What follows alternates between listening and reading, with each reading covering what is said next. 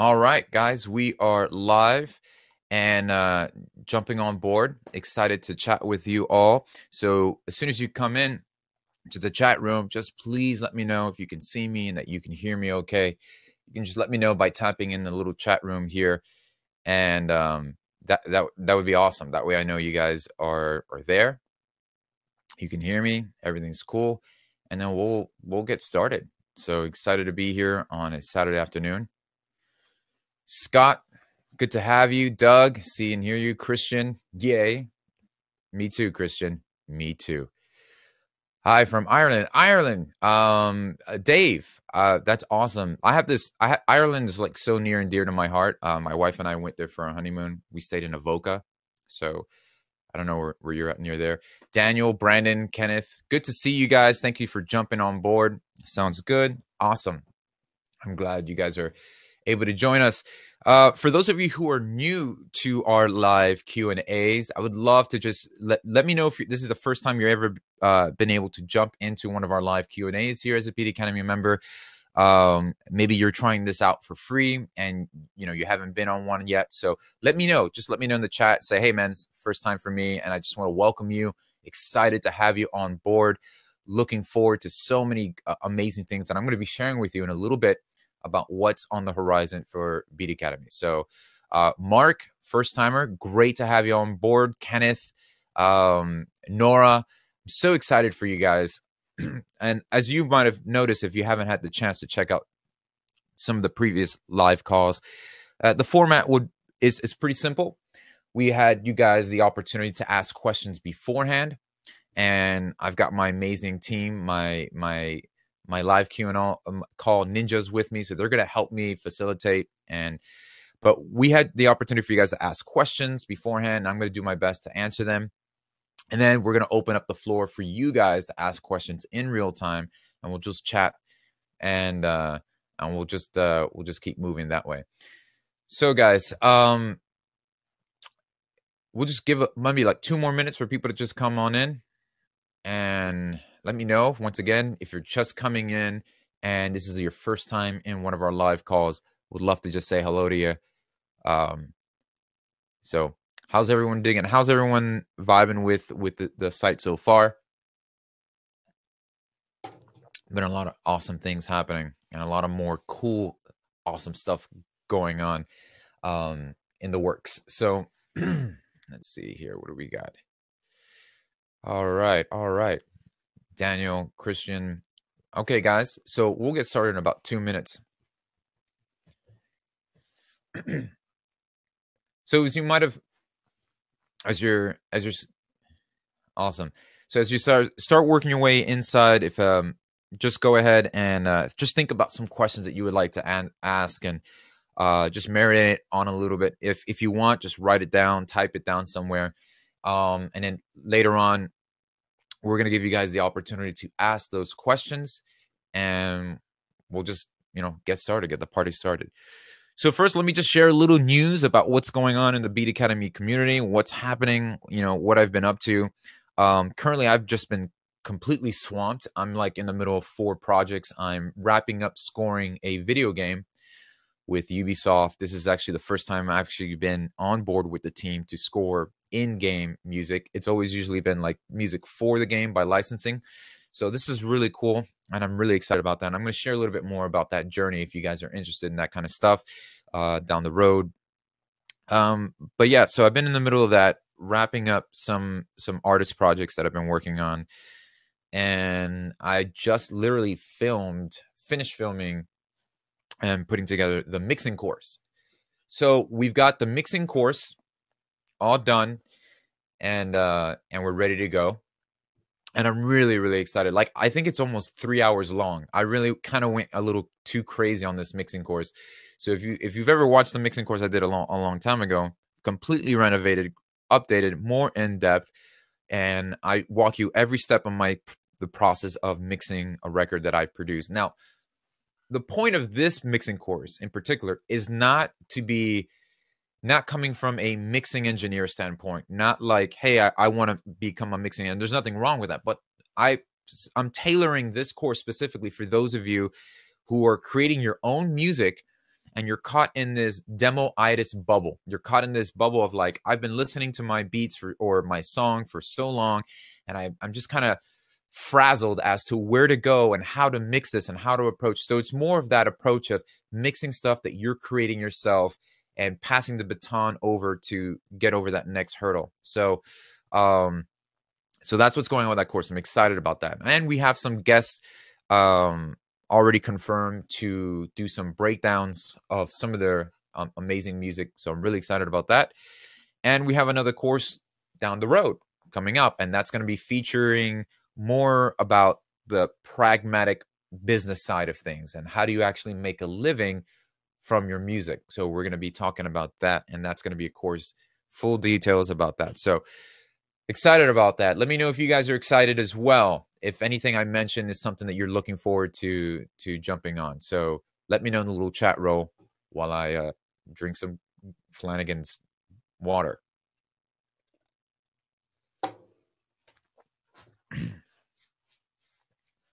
Doug says, just what I need. Great, Mark. Thank you, Mark. Woohoo! I think that's what you would sound like too, Mark. Woohoo! So, Brian, Doug, absolutely all of that. Kristen, Jairus, awesome, awesome. And I noticed somebody put a question there, but just hold your questions. I'm gonna let you know for sure when it's time for you guys to just bombard me with questions.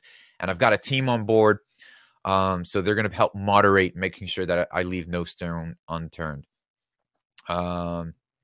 So, Daddy, good to have you on board. So here's what I wanted to talk about for just about 5 minutes. I'm going to answer the forum questions afterwards, but I wanted to talk about something that that's been on my mind and my heart, and this is particularly aimed towards artists who are, and I've been there too. This is a situation where you're kind of stuck in this position of, I don't really know how to find my sound, or I don't really know yet who I am as an artist. And so there might be some of you in this or watching this in the future, whenever you decide to watch this, and you're like, well, I'm pretty confident in who I am as an artist and what direction I should be heading into. So even, and I want to encourage you, I want to even challenge you by hearing what I'm going to be sharing. This might also get you to reevaluate where you're currently at, and it can help kind of shift you in the direction of where you should take your next step. So so what I wanted to talk about was something that I really harped on a little bit on the songwriting course, and that's the artist DNA. And that's this concept of, figuring out who you are as an artist, tapping into what lane are you carving for yourself, and then focusing in all the energy and effort towards that direction, because that is what's going to bring you really that's what's going to head into the most momentum for you as an artist. And one of the most troubling things as any artist will come across is I don't really know where to go, or I don't really feel confident yet with myself as an artist. So artist DNA is broken down like this. The artist DNA is like 3 strands that really help define where you should be positioning yourself as an artist. So the influence, and what we talk about that is influence versus inspiration. Those are 2 different things. So I'll ask a lot of people, what does your music sound like? And the typical response to that question is, oh, well, if you were to combine hardcore polka with a little bit of like reggae mixed with some dubstep, that's what I sound like. And I'm like, wow, what does that sound like? I have no idea. And what that does is it puts a tremendous burden on the person you're speaking to, or the person, to figure that out for themselves. But if you approach it as, well, listen, if you're a fan of Jay-Z, Nas, and Mos Def, then you'll love what I'm doing. And what that does, it really clarifies to me, knowing, oh, I get that. I'm a Mos Def fan. I love Nas, so I love those 2 already. So I'm already inching towards wanting to hear and liking and connecting with you already as a listener to the artist. Does that make sense? You can let me know in the chat if that makes sense. And where I'm getting at with this is, narrow down your scope of influence. Who or what artists are influencing you? And what I mean by that is get a list. If you haven't done this already, get a list and write down the top 10 and then narrow it down to really the top 3, right? So I want you to break it down in a sense where it's like, these are the top 3 artists that have influenced me the most. Now, doesn't mean that you're going to sound exactly like them. This just means that these artists have left a huge impact and an imprint towards your inspiration for pursuing music. And that's a big thing because they're ultimately going to be a reference in the back of your mind, in your heart, when you're in the creative process. It's like, you know, for me, it would be like, I'll never forget the day I heard The Prodigy, the electronic music group. And I was like, wow, I was blown away. They had such a big impact. And so I come with that frame of mind a lot of times when I'm making my music. And your music matures, your music making process matures down the line. But what this is going to do is this is going to give you a narrow focus. And what it allows you to do is to say, okay, these are my 3 artists that have influenced me the most.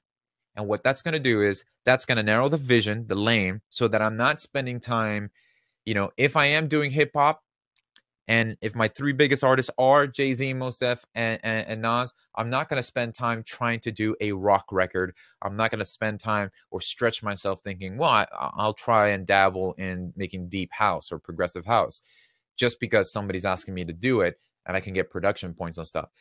You're actually going to be hurting yourself in the long run because you really want to master that lane that you want to be in. So that's the first foundation of the artist DNA, okay? And then once you move towards that, you can start to figure out where people are living in a space that also consume that same those same type of artists.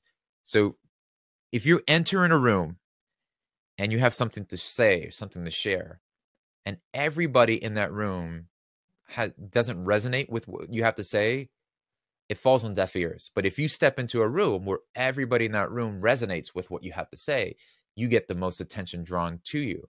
So that is your fan avatar. That is where you come into the position of realizing, who does my fan look like? What does he or she look like? Where does he or she listen to? Where do they shop? Where do they go? What's the vibe that I'm looking for? And that's going to help you even narrow down what kind of message, who it is that's going to be hearing the message you have behind your music, even if you're producing electronic instrumentals.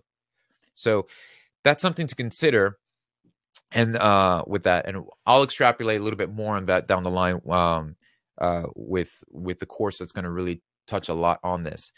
And then the third part of your artist DNA to really help you focus in on where you should be going with your music would be your brand lifeline. And what I mean by that is, you're artists and you're not vending machines that are just spewing out music.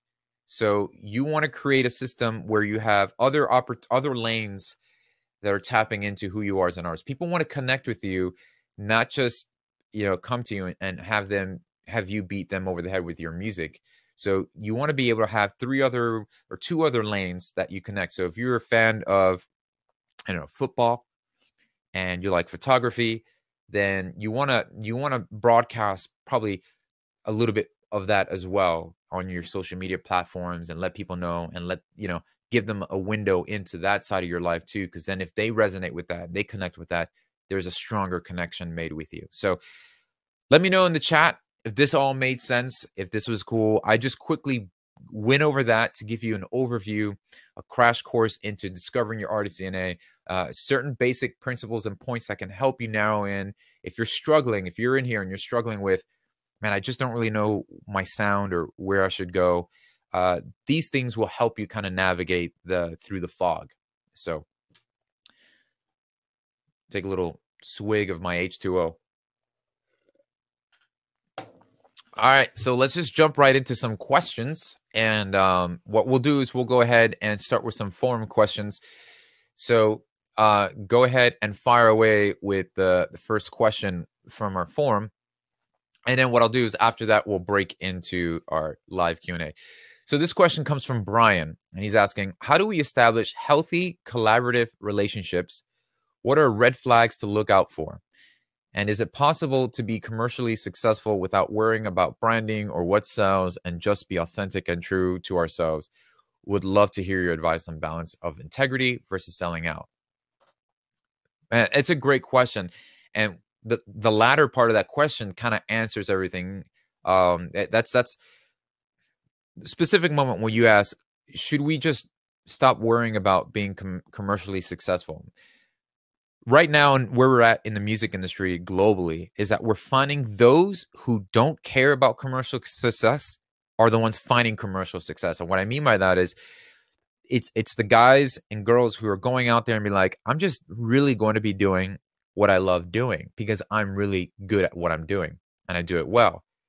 And then they're zoning in on that. They're building a tribe. They're building a fan base. They're understanding their artist DNA. They're building upon that foundation. And then what happens is the fruit of that labor turns into people noticing that and then realizing, wow, we love what you're doing. We want to be a part of that. And then record label starts tapping them on the shoulder and saying, hey, you are achieving success on some level. We want to just pour fuel on the flame. So my advice to you is, and if you're referring to selling out as, well, I'm just going to write pop music because it sells.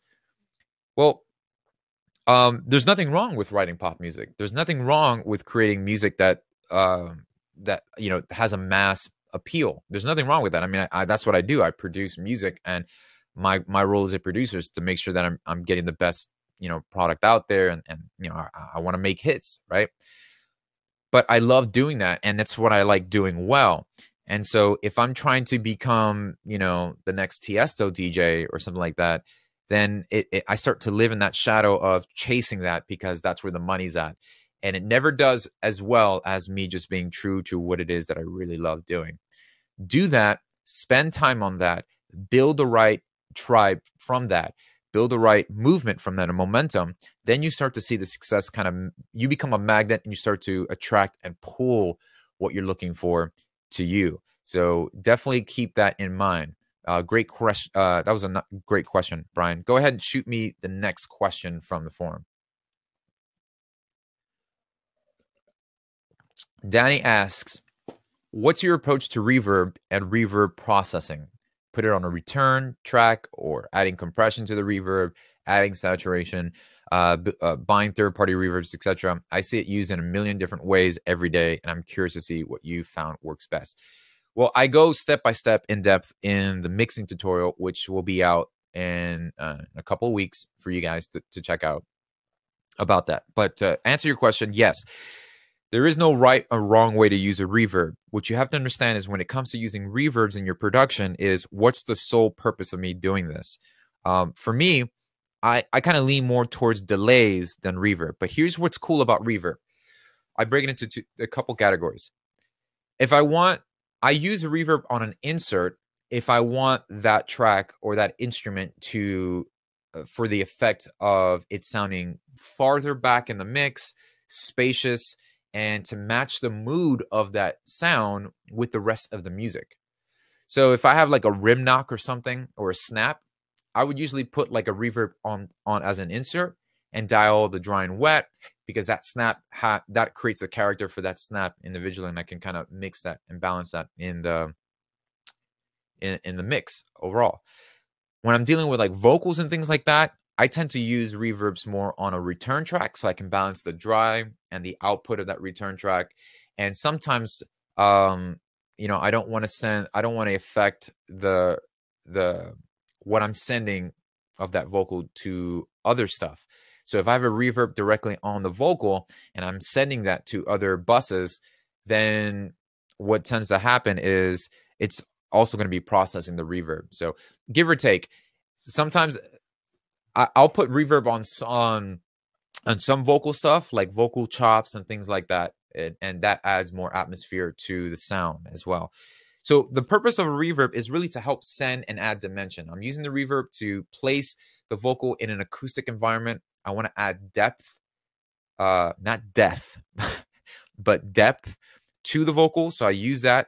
And my favorite ones to go to are like the plate reverbs from UAD, and Valhalla makes some really good stuff. But you can get really great mileage just from stock reverbs as well. It's just use. Another thing I like to do is put a compressor after the reverb and have its sidechain to the lead vocal so that the vocal is dry and then you hear the reverb after. So that's a cool thing. I talk about that in the course. So that's how I use it. And a whole bunch of reverbs have different styles, different sweet spots to them. So experiment, find the ones you like, and use it to whatever purpose you want. Great question. Let's get the next question. Daniel's asking, what's the processing behind the vocals of Gigi Rose, Give It Away? How did you make them sound so breathy and big without drowning them out? I told her to just sing that way. No, I mean, a big part of Gigi's vocals, and I'm actually using her. There's a song called Got That, Got the Love, that I posted. You guys wanted me to break down. That's the song I chose to mix in this course. And I highlight a lot about getting the character of her voice. She has a breathy tone. She sounds like this all the time. So she's got a high breathy tone, and those can be problematic sometimes because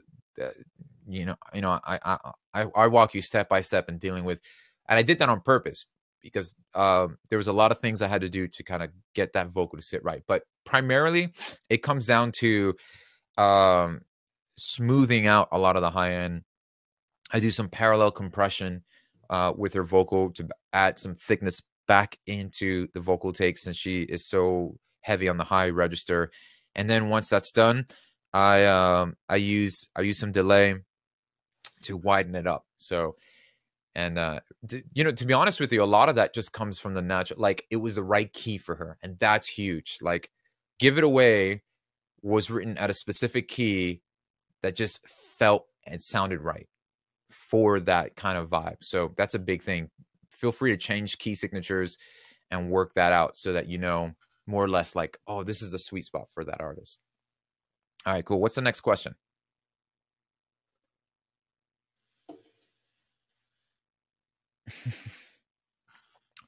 I'll talk about the green cup in a little bit. Leon, that's a good question, but I'm almost so Christian is asking, Ivan, do you use Ableton's push? If not, why not? If so, would you recommend it and why? And did you find it difficult to learn? And why do you like saving koalas from situations where they're drowning all the time? No, I added that last part, but just wanted to make sure you guys are awake. Well, Christian, as you can see, I have the push right here. The push 2, the model. I do like it. It was it became more of a luxury item for me. I got it because it was cool, especially now with Live 10. They've completely updated a lot, so now you can visually see the frequency response of the EQs. So this is how I'm actually using the push. I'm actually using it more as a control surface for mixing than I am for the production side of things. So I feel bad and guilty sometimes. I'm like, well, I have it here, let me try using it. But man, my workflow has been so quick to on the keyboard to create my beats and my drum programming. And a lot of time when I'm doing drum programming, I'm using the pitch bend a lot. So you can use that here too if you hold shift and things like that. The push is amazing. And so the way I view it is, if you're coming from a background of button pushing and you're getting tired of, drawing out your beats and step sequencing, then I recommend the push. I definitely would try it out. See if you have a nearby store that has it so you can test it out, get a feel for it. You can get the same thing from launch pads and things like that. So, if it's more of a luxury item, I would never say it's a make or break scenario that you really need it for it to do production. So what I'll do is I'll do like a little video of me kind of working my way around how I use the push, and then I'll post that in the forum for you guys. So I hope that helps. All right, let's answer a couple more forums, and then what I'm going to do is give you, after the next couple questions, I'm going to open up the floor for you guys to ask some questions, and that's how we'll wrap up the remaining time of our call, okay? Alan's asking, I'm a trap and bass producer. I'm sorry to hear that, Alan. I really am. No, I'm kidding. My question is, what's the best way to get better at sound design in Serum or Silent, to be more specific? Would you be doing any sound design tutorials? So great question. So I'm going to be doing an interview with a good friend of mine, Will Doggett, who's an amazing sound designer. and he's going to focus in specifically on synthesis sound design and using stock plugins to do it. So I'm going to be doing that interview in a couple of weeks, and that's going to be for you guys to watch, and we'll let you know once that's up and posted. But right away, I guess the best way to practice sound design is all about ear training, and for the most part, that's a big part of mixing as well. But for sound design, what I start to do is just really get familiar with the 4 basic food groups, like your sine wave, your triangle, your sawtooth, and your square, right? Get familiar with those guys. Get to differentiate the two, what the quality and the characteristics are of those 4 basic. And then as you start to really get familiar with that, combining 2 different oscillators with the same ones and what happens when you detune one and the other, you start to notice, oh, I get it. That's what makes sawtooth more special. And then you're going to start to carry that and morph that into a more mature perspective. Like I can get, if I had 4 oscillators, I'll get 2 sawtooth, 1 square, pitches down, do that, add some noise, and get something really cool. So, and then use references. So, Alan, I just thought of a great idea. What do you guys think about me doing something where you guys post a sound? Like let's say you guys, hey, we'll pick a record. Like maybe once a month, we'll pick a record, we'll do a form, we'll pick a sound, and I'll kind of show you how I can best recreate that from scratch. Would you guys be interested in something like that?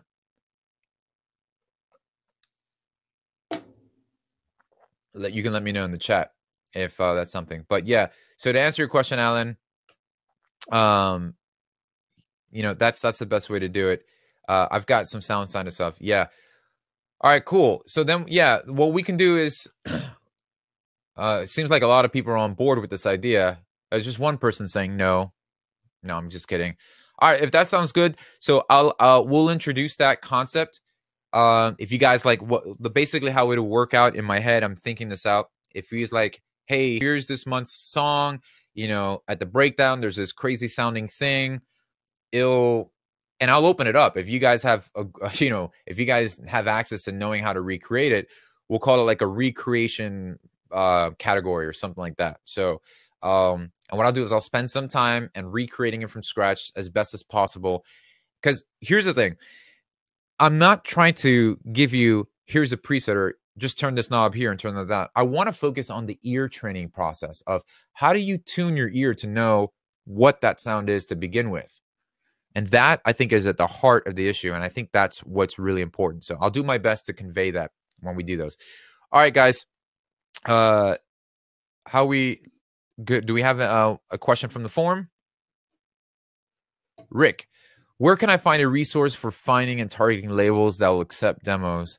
Also, is it out of bounds to send questions or comments to you directly? If you're a Beat Academy member, since if you're in here, I assume you are.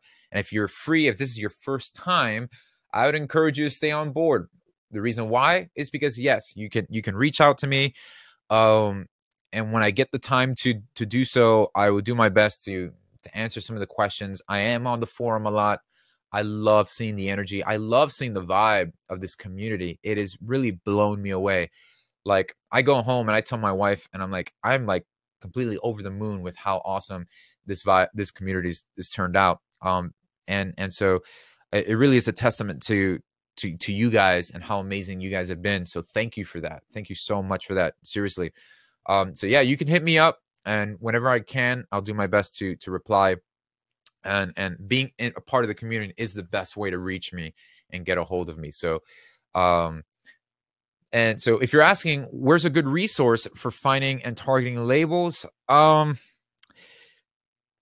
It's a little tricky. You could do a couple things. You can go on Hype FM, Hype Machine, right? I think it's Hype FM. Let me just, or Hype, not Hype FM, or Hype and Hype Machine blogs. It's it's Hype M. That's HIPEM.com, and that's HIPEM.com. And what Hype Machine is, it's a collection of blogs, right? So Hype Machine basically is a blog of blogs, right? And what you can do is you can type in there the type of artist. So what I would do is I would find your artist DNA, realize who you are, and what artists are similar to your style of music. Type them in Hype Machine and research and find out where those artists are being promoted on a block front. So if you see that certain blogs are promoting certain type of artists, you can reach out to those blogs. You're better off trying to reach out to the blog curators than the labels themselves, because once you get your stuff on there and moving, the labels would be more inclined to direct their attention to you. It's all, look, labels are just banks. They just want to know that they can invest in something that's already working. So stay the course, build a fan base, rock what you're doing, do it well, and start magnetically attracting those people to you. But a good way you can do that is visit the Hype Machine, visit other blogs, find out where artists that are similar to you are going, and then start moving in direction towards the people who are supporting those artists. And that's what I say. I wouldn't, and you can also do the same thing by finding out the artist's record labels and try to contact them.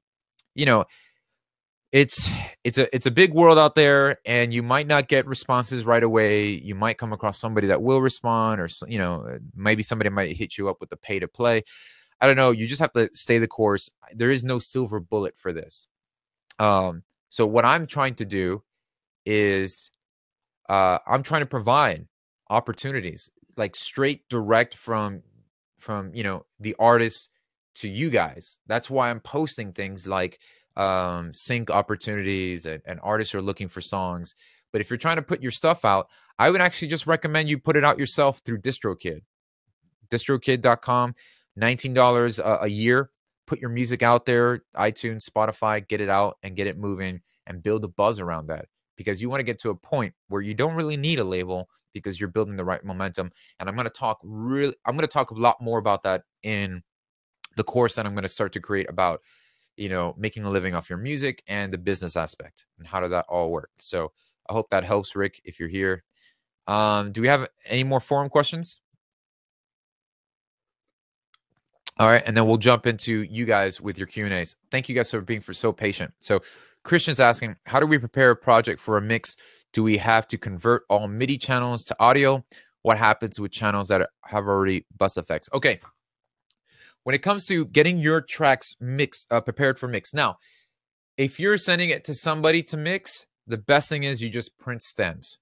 Leave whatever effects you have on them, because you're really, if you take your compressors, your EQs, and all that stuff off and then give it to them raw, essentially what you're asking the mixing engineer to do is, hey, figure it all out yourself, right? The way you think about handing somebody something to mix, a project to mix, is I'm giving you the baton. I've got it to where I feel it's cool, even with all the bus effects and everything. I'm giving you the baton. You take it from here and take it to the next level. That's how you should be treating your sessions when somebody's going to be mixing them. If you're mixing them yourself, just start from where you left off. And that's exactly how I created the mixing course. I assumed that you're creating your own music. So that's where we're going to pick up. I'm going to say, hey, you've got it to where it's at. Now let's figure out when you should be mixing your music in the creative process and how you go about doing that. So there's a lot of cool things I cover in that. So I hope that makes sense. So print with what you have. If you've got MIDI files with channels with audio, if you're mixing it yourself, you don't really need to do that. Maybe you could freeze it. Oh, so Christian, you're on here. Okay, great. So what I would recommend, if you need to free up some CPU, just maybe bounce those tracks, create a separate session where you're bouncing the audio. But if you're sending it to somebody else, yes, they all should be audio. All right, great. That's a good question. All right. I think we're going to open it up to some live Q&A. Oh no, we got one more. Sneaky little ninja. Awesome. Okay. Dave is asking, do you send your tracks out to be mastered, or do you do your own mastering? If so, do you work in Ableton Live while doing that? Also, one more.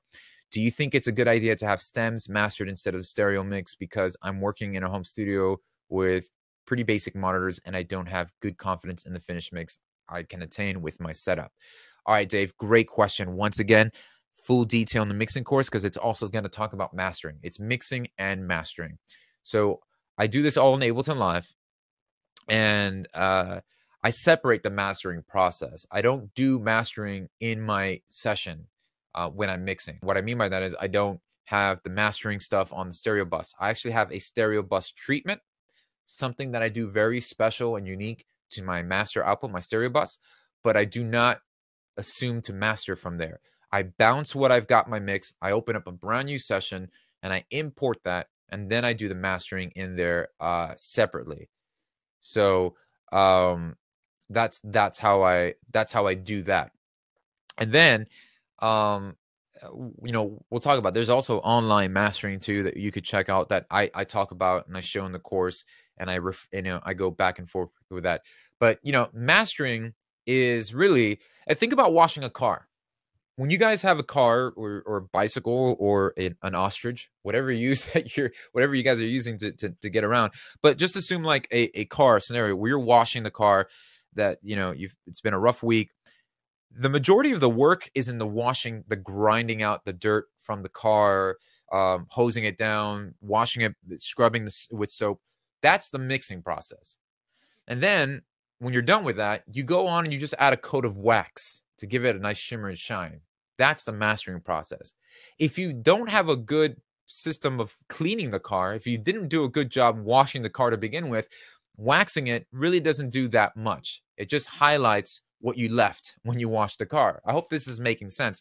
So that's how you got to treat mixing. Mixing is the bulk of the mastering. And the mastering would just highlight and bring out either the defects or kind of smooth out any of the rough edges. So do you mix? I usually master with the stereo bus. I don't usually master with stems. Some mastering houses will ask to do that. So I do a little bit both. When I work with a major recording artist, the record label, like I just did a record with Tori Kelly. So their management and their label are responsible for having that record mastered. So they would send that out to the mastering engineer and he would do that. But if I'm working on my own stuff or artists that I'm producing and developing or anything I'm releasing, I would just go ahead and master it myself. Great question. All right, where are we at? Could we do some open format Q&A here? All right, so we are opening the floor up live for questions here, guys. So I'll do my best to answer them. So thanks for your patience. So Kawabi is asking, would be happy to hear how to get placements on TV and games, where to start, best ways to submit music. Thank you. Okay, really quick, I'll try to be as quick as possible with this. Here's a good strategy for finding TV placements and things like that. First of all, I'm posting stuff all the time. I'm going to start posting everything I get in the Beat Academy. So if you're a first-time member and you're thinking, I don't know if this is right, and you want opportunities, I'm putting them on there. Stay on board with us. I mean, I just put a sync opportunity the other day that had a $350,000 budget. And so I'm excited to present more opportunities. Second, you can visit websites like Tune. Oh gosh, what was it? TuneFind.com. TuneFind. I'll put it up on the website here in the chat room. Okay, so that's TuneFind. That's TuneFind.com. Okay, so TuneFind is a website that actually tells you every song used on TV shows, films, Hulu, Netflix, and things like that. This is a great gold mine to go through, because then what you can do is you can go on this website, you can find shows, find artists that sound similar to your artist DNA. See, this is why having an artist DNA is so important, because when you realize the lane that you're going to be in, you can go right ahead and find out what other artists are sound similar to you, find out shows that have similar artists to you, and start presenting a catalog to those music supervisors that run those shows, and that you can go ahead and send the stuff off to. So I'll go deeper into that down the road when we cover the business stuff. And I'm for the sake of time, I'm just gonna have to do a whole nother video on that. So, all right, what's another question? And we've got a lot of them. All right, so I'll do my best to go through them quickly. Daniel's asking how to redeem the critique song benefit.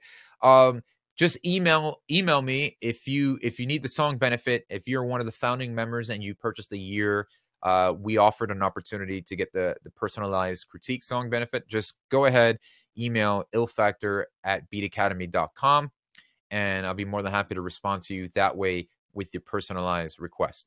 All right. What's the next one? Mark is asking, when is the appropriate time to hire a lawyer and seek a publisher? And are both of these essential parts of becoming a professional songwriter? No, they are not essential to becoming a professional songwriter. Professional songwriter is just being a freaking awesome ninja at songwriting, right? But how you handle yourself when communicating and collaborating is where the professionalism comes into play. So you need to seek a publisher when you start to get major placements. So let's say you worked with somebody and you found out that your song is going to be placed on a Selena Gomez and it's going to be the next single and it's going to go huge. It's going to be the next thing. Okay, don't get a publisher yet.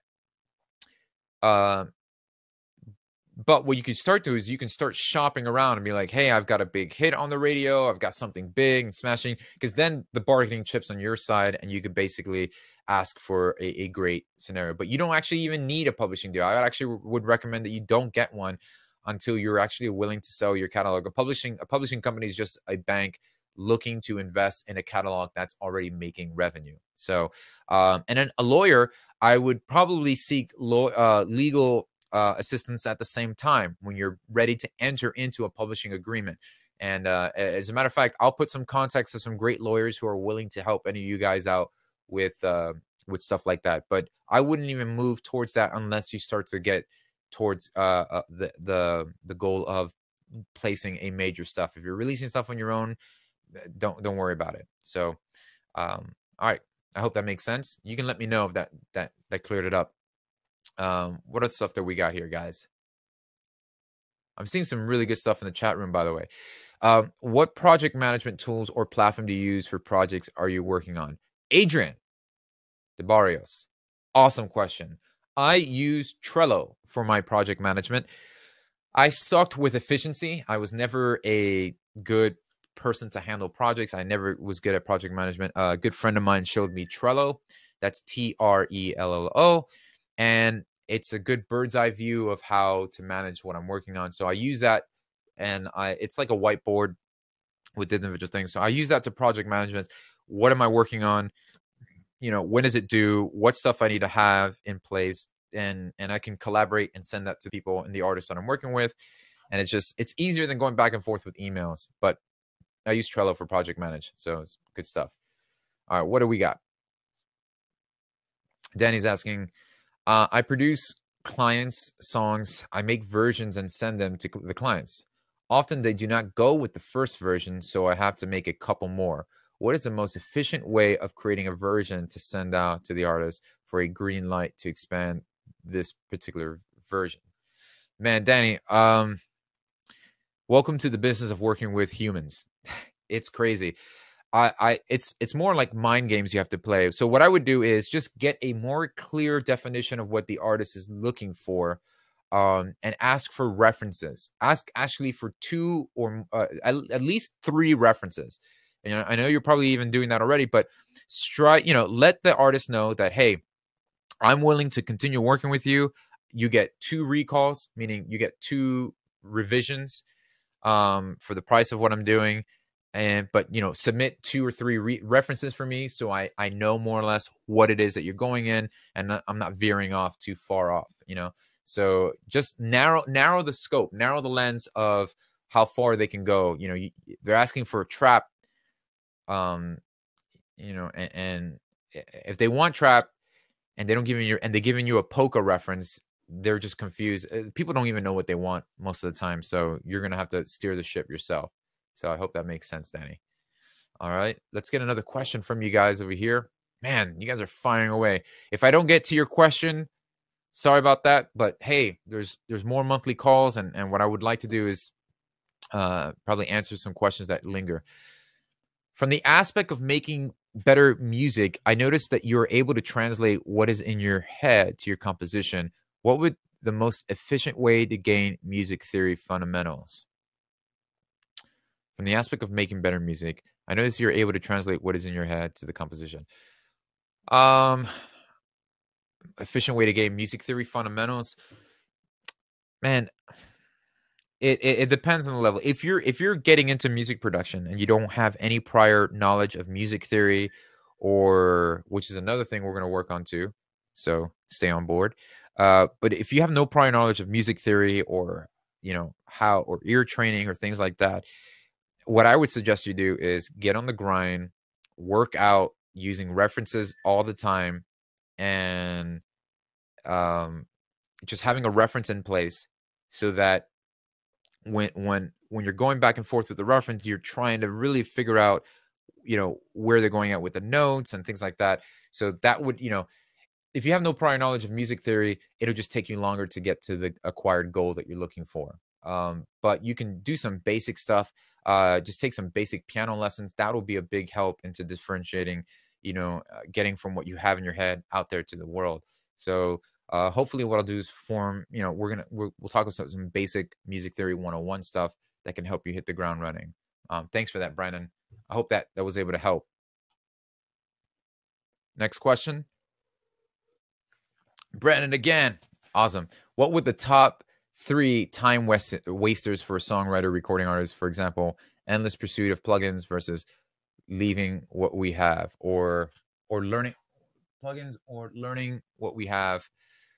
I think the biggest 3 time wasters for songwriters, producers, and artists is chasing the next big hot thing, both stylistically and even on the technology side, with plugins and things like that.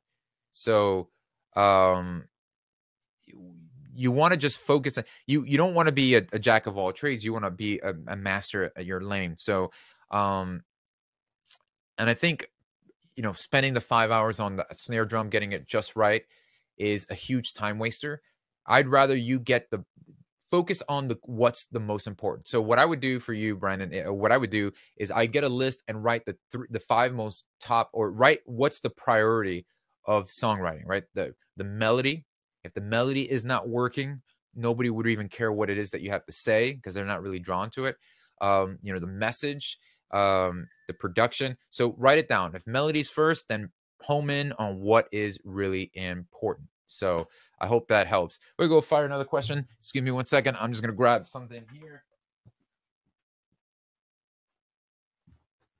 All right, guys. What's another question that we have here? We got one from Debbie. Can you please send industry opportunities out in email blast like other community news? I don't have the time to check into the community on a daily. Well, sorry about that, Debbie. We'll try to probably create a system, and as new people come on board for to Beat Academy, as we start to see more and more people come in. I'm sorry, don't mean to be rude. Yeah, we'll probably create a more streamlined system for that. So I'm glad you brought that up, and we'll see how but the community is just the quickest way for me to put that there, and the quickest way for you guys to chime in and post the work, and me to check it out. So then I'd get bombarded with thousands of emails. What's the next question?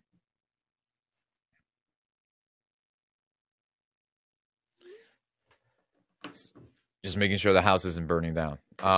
So Daniel's asking, I'm doing all the parts myself, writing, producing, lyrics, singing, editing, vocals, mixing, etc. And it's taking me a long time to finish music. How long should it take? And do you have tips for speeding up the process? Man, well, first, kudos to doing it all yourself. I just hope that I hope the mantle that you're placing yourself, look, I hope it's out of necessity. Sometimes it is out of necessity that you are doing everything yourself, just because you probably don't have a community of people around you physically to help or collaborate with. Hopefully the community on Beat Academy will help change that.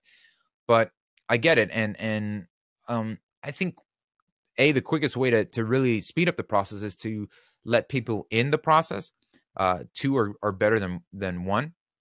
And maybe just opening up yourself to being a little bit more vulnerable, and loosening the grip a little bit, and letting others involved. You might see that you probably don't have to do all that much, and you can collaborate with those who have strengths where your weaknesses lie. And that's the most important thing. Wherever you start to see your weaknesses show up, other strengths could cover that up, and you could piggyback off of that. So, but if you're staying in the self-made route, I think, as long as the song is good, if you're bumping out like quantity, if you're doing like 17 tracks or 17 songs a day, but they're not all really that great, I'd rather just get one song from you that's like, wow, this is amazing. So if it's taking you that long, and if you're frustrated with the songwriting process,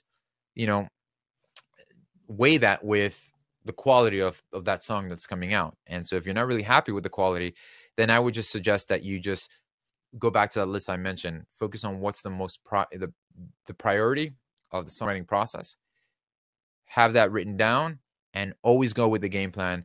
I need to make sure that these 3 things are covered. And if they're not, I could care less about a great sounding piccolo or whatever. So hope that makes sense, Daniel. Dilla's asking, what is the best way to use a reference track when mixing? I do cover that in the mixing course in great detail, but simply just insert it into the project. Don't let it go out through the same stereo bus as the rest of the mix is going. If you can assign it directly to the output of your interface, that would be great. That way it's not being processed like everything else. And then what you do is you just solo it, A/B it, listen to it for a while, and then cut it into different sections. Put the chorus where your chorus is and things like that. That way, and I put it in the same timeline as the arrangement. So I use that back and forth so I can hear more or less, where their vocals compared to mine and things like that. So, all right, let's do a lightning round. What do we got? Matt, can you give any advice on how to build a fan base before the marketing course becomes available? I have been doing covers of songs that are in the charts, but I can't seem to increase my fan base. Matt, that's a great question. And I wish there was a silver bullet to directly, there are certain things that you can do. There's certain practices that you can do. There's certain, hacks and things that you can do to best utilize and build a fan base. One thing I would do is, if you're doing covers, that's a great move. My question is, how relevant are the covers? How consistent are you in putting them out? And where is it that you're putting it out? And if you go back to what I mentioned earlier about the artist DNA, if you start and then you build the fan avatar, where are your dream fans hanging out? And then you want to go and meet them there. If the majority of your dream fans are using Snapchat to communicate, then that's where you need to build your bubble, right? And if they're on YouTube, that's where you need to build your bubble. You don't assume that everybody's living where you're at, and don't assume, oh, all my fans are on Instagram.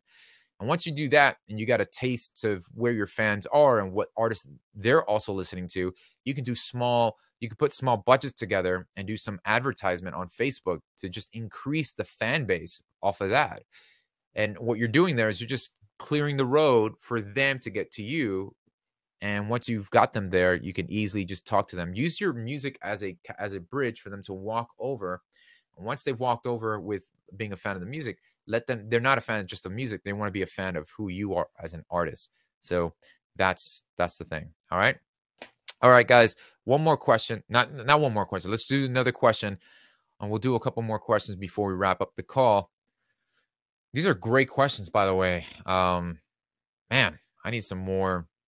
It's just water, by the way. And this is just the reason why I have this cup is because it's big and it was clean. Pauline is asking, singer-songwriter here. Awesome, Pauline. Sapphire Pro 40, APC 40, Ableton user. When I'm tracking both vocal and guitar, the guitar is never loud enough on the headphones because the voice is definitely louder in my head. I know tracking them separately would be a solution, but I'm not doing a live video. But if I'm doing a live video, this doesn't work. Pauline, okay, let me just see if I get this clearly. So you're trying to record you singing and playing at the same time, and that's for covers or live video purposes. I assume that's what it is.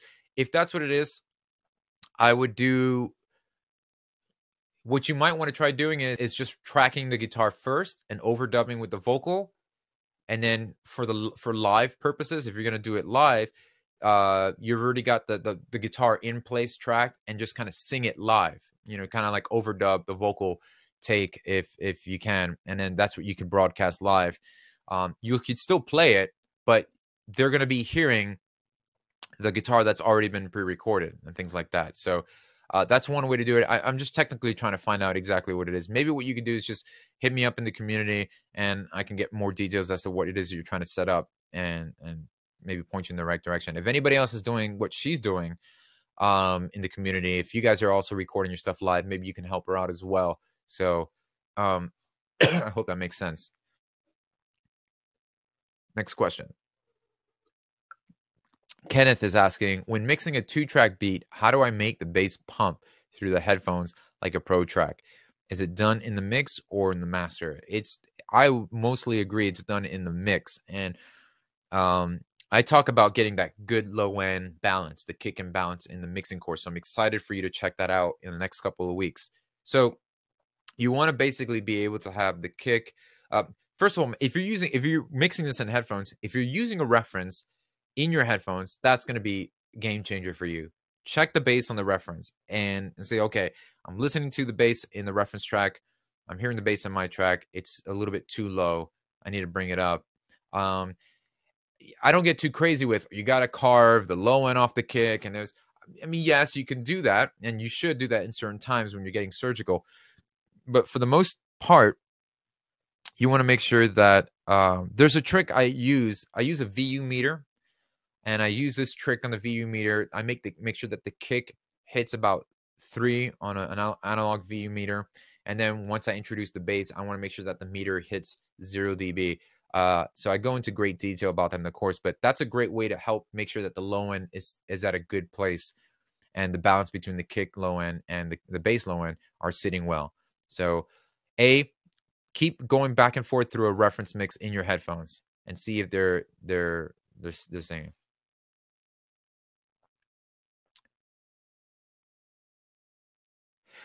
Oh, Pauline's asking if the guitar is going direct. Well, yeah, I would agree. Then just use an input loudness knob on your interface mic. Yeah, just balance out the input of your knob on the guitar. Sorry about that. All right, so next question. Scott Youngberg. Panning. I'm a newbie and working solely in the box. My style so far is more fun, electronic vibe. My question is, what are some good panning techniques for percentage, automation, timing, etc.? Thanks. Keep the faith, brother.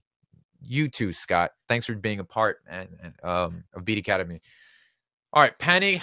As you guys probably seen in the forum, there's 2 schools of thought. You should only pan left, center, and in the middle, and everything in between. I've done both. I've done sessions where I just pan hard left, hard right. And I usually pan hard left, hard right when it comes to double vocals or background vocals. I want them to be really creating a nice wide imaging. Then there's times where I don't necessarily need to pan an item in the mix fully hard right or fully hard left. Here's the way I go about doing that. When you pan something, here's what you need to keep in mind. Panning is used for the purpose of creating space for the person in the middle. Think of a wedding. I know this is going to be weird, but think of a wedding, okay? In the wedding, you have the bride coming down the aisle, and you've got the family on the left-hand side. You got the other people on the right side. If there are too many people in the aisle, if there's a lot of people walking in the aisle, the bride is going to have an issue going down the aisle, and the groom waiting for the bride is going to have, it's going to have to like go like this to really get a nice, clear view of the beautiful bride. So what you want to do is you want to clear the middle away for what's important, stuff like the kick, the bass, the lead vocal. So let them come down the aisle, and you can create space for other items that, okay, I'm going to let them sit here. I'm going to let this guy sit here. So the vocal's still clear. But when I pan this item, consider that now it has its own space. It's got its own position in the mix. And so sometimes just if you don't hear something in the mix, it's like, man, I don't want to turn this item or this cowbell up a couple dBs because it would just be too loud. Consider just panning. And if you pan it, you're giving it its own home. And now you can even probably bring it down because it's the only guy living in that pot. So I hope that makes sense, guys. Does that make sense, Scott? You can let me know in the chat room if that makes any sense whatsoever. I don't know if the wedding analogy made any sense, but that just kind of came to me, and I think I even used it in the tutorial. That's probably why it came back. So let me know if that makes sense. Think of a beautiful marriage. The guy, the guy waiting for the bride, and you want the middle clear of what's important. All right, Daniel. All right, guys. So what we'll do is we're gonna open it for just 3 more questions after this, and then we'll start to wrap up the call. All right. Daniel's asking, I'm doing all the I think we answered this one, so I'm gonna put this aside. Scott says, I love weddings. Oh, that's awesome, Scott. I'm glad that worked. Christian's the bride analogy. Rick is asking, is it okay to mix as you go while creating? Should you wait and leave it sounding raw until the song is complete? Amazing question, Rick. Great question. I'm from the school of mix as you go, but I never let mix as you go trump writing. First of all, my priority is this: write a great melody, write a great song. Right? Get that down. I could put a basic snare, a basic patch, and work off and get the idea. Once I got that down, I don't mind tweaking a couple things to shape the sound and the tone of that. Like maybe I've got a cool patch, but maybe when I put the reverb and delay on it, that's what really inspires me to write that certain chord progression. Okay, that's cool. And so you can do those kind of things. I think mixing as you go is more towards sound design, like shaping the tone of certain instruments, drums, and things like that. All right. And then what you do is when you've gotten the song down, you've gotten your arrangement in place, hit the mixing mindset. Start going, okay, now let me start creating dimension and space. Sometimes when I have an artist tracking vocals, I'm kind of like tweaking certain things in my mind already, adding a little distortion or whatever. But that is for the purpose of like, man, that string sample sounds danky. I want to put a distortion thing on it and make it sound cool. And that will bring an element like, wow, that's a cool thing. And that becomes a thing now, like a main riff or something. And then mixing is balance. So you create, while you're creating, you get everything sounding you get it sounding like the way you like it. And then mixing, the sole purpose of mixing is for balance. That's it.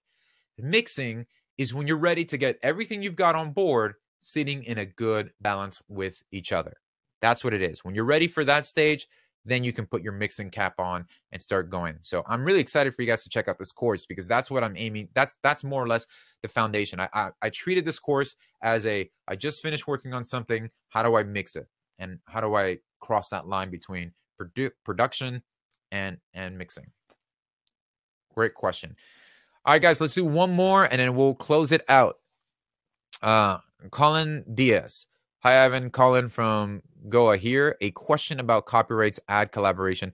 How do I go about if I do all by myself, such as composing lyrics, music production, and then collaborating with a singer/artist, such as copyrights and remuneration to the artist? Okay. If within the writing process, you wrote the song, you produced it, you made the beat, you wrote the bass line, you tracked the giraffe mating call that's in the background, and if you did everything and you're just simply having an artist sing your song, then you have the right to tell that artist, hey, I'm keeping all the publishing for this. Now, if there's any involvement, and this is upon your own conscience, if there's any involvement with an artist or another songwriter in if there's any partaking in the creative process, like, hey, I was in there, I helped you, write it and work on it. It's up to you to work out and have that discussion with that person and say, yes, we both collaborated, but I brought the majority of the beef to the table. Would you feel comfortable with a 70-30 split? And that's a negotiation you should have. But if you're writing everything yourself and you're just having an artist featured on there, basically you treat it as like almost a work for hire. Now it's up to you to decide how you're going to pay that artist for their time, if the artist is asking you to do that. If they're not, and they're just looking just to ride your coattails, then you're basically collecting the royalties, and they're just being featured. They're getting the feature. Now, if they're an artist, there's such thing as artist royalties, but that gets a little bit complicated, and that's when that artist is being represented by a record label. If a record label owns the artist, meaning that they have them under a contract, the record label will ask for artist royalties that will be made on specific sales or touring and things like that. So that's a little bit down the line. But when it comes to writing and publishing, you want to make sure that you you visit a website called songsplits.com. That is songsplits.com. I think I mentioned it last time in our Q&A. SONGSPLITS.com. And once you visit that, register, it's free. And then that's an online way to interact with other people and make sure that the both of you agree on the split percentages that you guys are working on. Once you have an agreement, you can submit that, with your BMI or your PRO, your ASCAP or BMI. And then you could even now in DistroKid, as you self-distribute your songs, you can actually, there's a station there where you can say, hey, I wrote this with so-and-so, split the revenue by 30 or 40%, however. So I hope that makes sense. I would recommend that you have that conversation. Don't wait till it gets weird. If you're getting stuff placed on placements, so let's say I put an opportunity, let's say, Walmart needs music for their commercial. You send me something, you wrote it 100% yourself, and they're like, yeah, we want to use this. This is great. Usually those kind of clients want an all-in exclusive, meaning they want to work with people who don't have publishing deals, who don't have all these things in place, because that means more red tape to cost. So they'll say, we'll pay you, $100K or $75,000. You keep, you split the money amongst whoever partook in the writing aspect or the publishing. So if you and I wrote the song, then we would talk about how we're going to split that income. So I hope that makes sense. Does that make sense to everybody? All right. Well, guys, this was a really amazing Q&A. And I have to say, thanks, guys. I want to thank my team for helping me moderate and comb through. I really wanted to make sure this time that I was able to get to a lot of the questions. So really excited about the way this went. You guys, is this still cool? I mean, are you guys, let me know in the chat if these Q&A calls are, because I only hear myself and I'm rambling. So let me know if these calls are really helpful and beneficial for you guys. You can let me know in the chat room.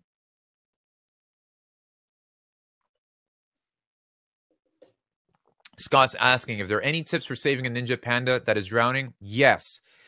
You simply just have to just let them go. You're just going to have to let them go. Ninja Pandas are very self-sufficient.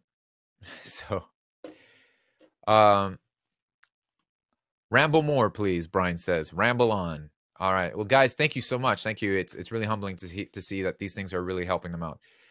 The starving giraffe, I promise no animals are hurt during these live calls. I think, Derek, if you're asking about browsers, you could check out Chrome. I think Chrome works for great. I'm using Chrome. I hope that is, and just make sure that you have a good internet connection and that you're not like streaming, Twitch TV or something like that. So, well, guys, thank you so much for being a part of this. I had to do a lot of rearranging schedules so we could do it on a Saturday. I know a lot of you guys aren't able to attend some of the weekday ones. So we will be posting future live calls in the forum. So please check the forums on the category for live calls. We will let you know when the next one's available, and you guys get to vote on the date that best suits you. All right. So, guys, thank you so much. Thank you for being a part of Beat Academy. I'm excited. Who's excited for what's happening? We've got the mixing course literally a couple weeks away. We've got some amazing, talented, big time producers. Not going to say anything or give any names. Big producers about to share how they created some amazing music. Or here's a little hint: Justin Timberlake, Bjork, MIA. But anyways, we'll talk about that later. They're going to shed some light on how they walk through some of their music. They're going to do a breakdown for us. It's going to be featured in an upcoming breakdown video. We've got some music business stuff coming up, how to actually make a living from the music that you're creating, some marketing strategies for you guys. So really, really, really cool. And yes, by the way, guys, there will be a replay of this live call, so you can always go back and take notes from what we were doing. All right. So really excited. Stay on board with us. So many great things coming up for Beat Academy. And if it's your first time here, I want to say welcome. Thank you for being a part member. As you can see, I hope you're enjoying yourself. Stick around. I want to encourage you, and I want to challenge you to really take advantage of what's going on here. There's a lot of stuff that we're going to be doing, so it's yours for the taking. Thank you guys so much for being amazing, and I'll see you next call. Take care.